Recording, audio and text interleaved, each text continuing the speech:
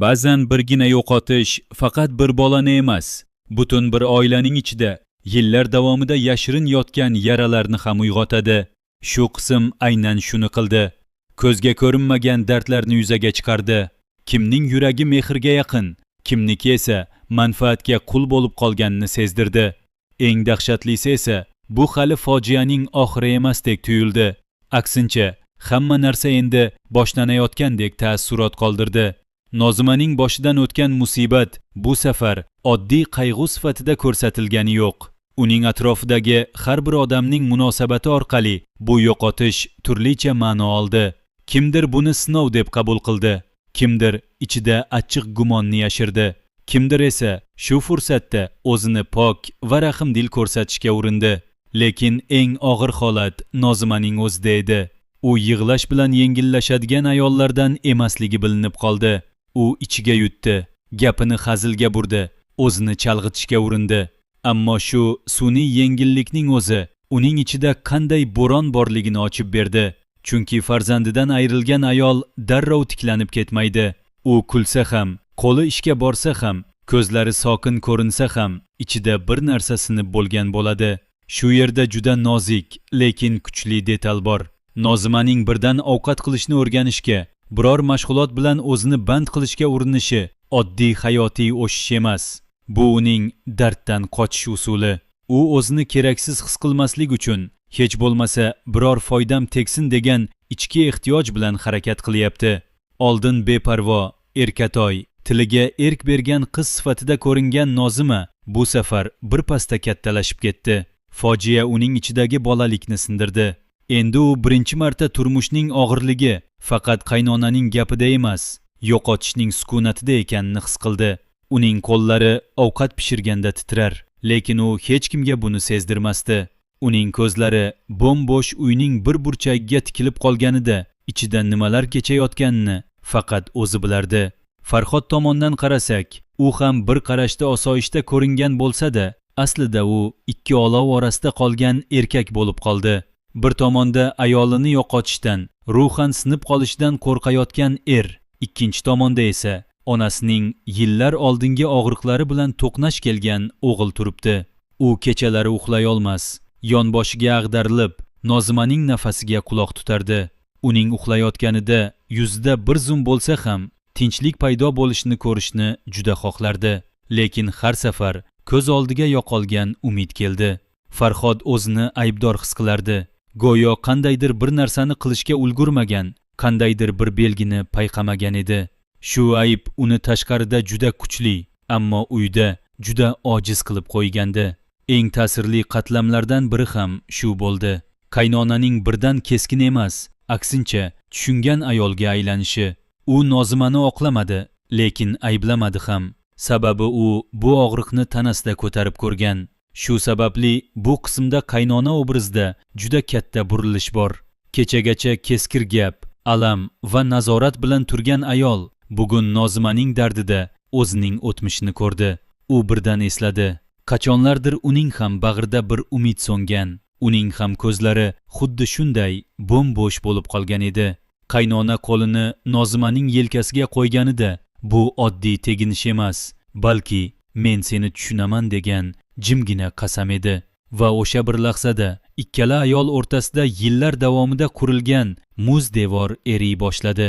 Bu esa keyingi qismlarda juda katta natija berishi mumkin. Chunki endi Nozimaning eng katta himoyachisi eri emas, aynan shu ayol bo'lib qolishi ehtimoli kuchaydi.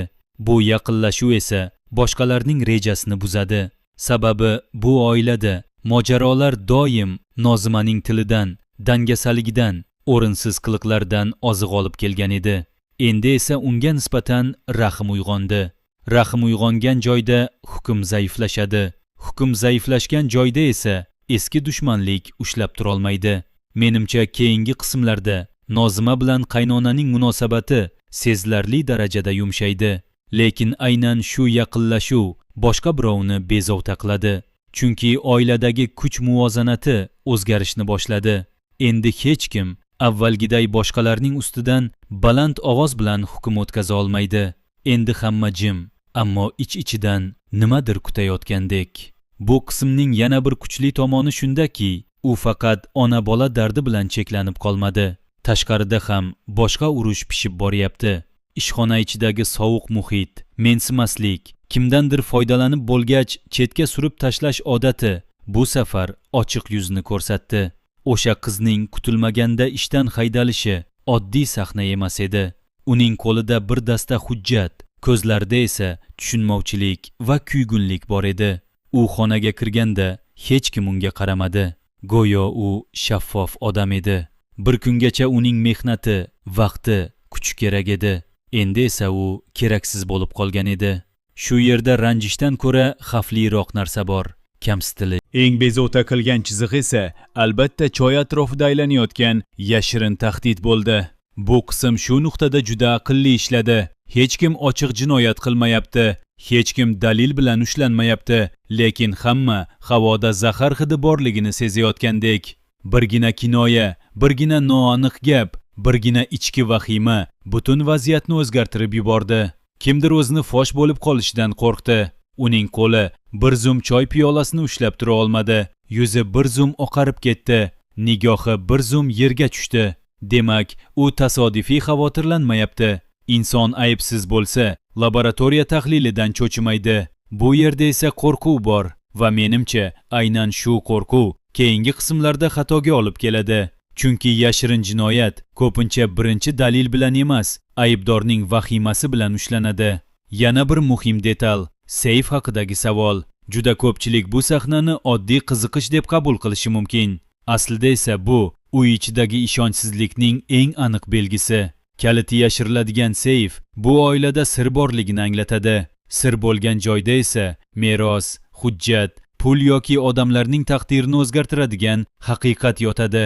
Bu savol bejiz tashlanmadi. Bir kuni kechki ovqat vaqtida stol atrofida hamma jim edi. Kimdir shunchaki go'yo tasodifan o'sha seyfning ichida nima bor deb so'radi. Xona bir zumda muzlab qoldi. Kimdir sanchig'ini tushirdi, kimdir choyiga qaradi, kimdir esa bir zum nafas olmay turib qoldi.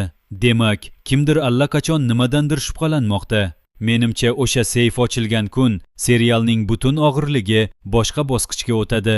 Balki unda mol-mulkka oid hujjatlar bordir. Balki kimningdir asl yuzi ochilib ketadigan dalillar. Balki uzoqdan beri yashirin tutilgan qarorlar. Qanday bo'lmasin, bu sir ko'p odamni bir-biriga qarshi qo'yadi. Bu qismda bir narsa juda aniq ko'rindi. Ayollar fronti. Erkaklar urushidan ko'ra xavfliroq tus olmoqda. Tashqaridan mayin gap, ichkarida esa sabr tugayotgan yuraklar. Biri yo'qotish bilan sinyapti, biri rashk bilan, biri xorlik bilan, biri ochko'zlik bilan.